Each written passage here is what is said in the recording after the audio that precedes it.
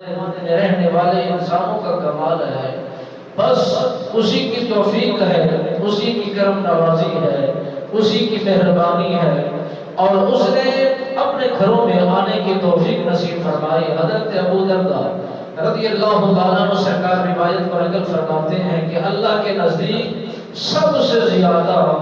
جہان میں، کائنات میں، زمین پر سب سے زیادہ جو خوبصورت جگہ ہے وہ اللہ کے گھر ہے، وہ اللہ کے در ہے، جہاں پر عبادت کی جاتی ہے، جہاں پر اللہ کا ذکر بلند کیا جاتا ہے۔ زمانے میں بہترین خوبصورت جگہ وہی ہے۔ اس سے بڑھ کر اگر جتنی بھی خوبصورت جگہ بنائی جائیں، پارکوں کو تشبیہ دی جائے، سینماؤں کو کہا جائے، اور زمانے میں جو کچھ مرضی کہا جائے، مگر اس سے بڑھ کر کوئی چیز نہیں ہو سکتی۔ یہ وہ مقام ہے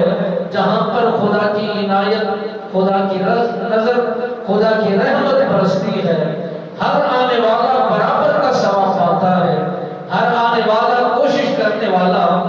اللہ کے گھروں میں بیٹھ کر عبادت کی انتظار میں رہنے والا، وہ انسان بہترین نوازا جاتا ہے اور جھولیاں بھرتی جاتی ہیں۔ یہ ایسا در ہے جو بھی اس جگہ پر آئے، اللہ کے کسی مقرب مقام پر آئے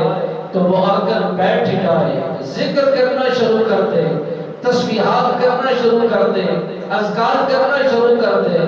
تو وہ تشبیہ دیا گیا ہے کہ جب تم جنت میں داخل ہو جاؤ تو کچھ کھا پی لیا کرو، پھلوں میں سے کچھ پھل حاصل کر لیا کرو۔ صحابہ نے عرض کیا رسول اللہ جنت کون سی ہے اور کھانا کیا ہے؟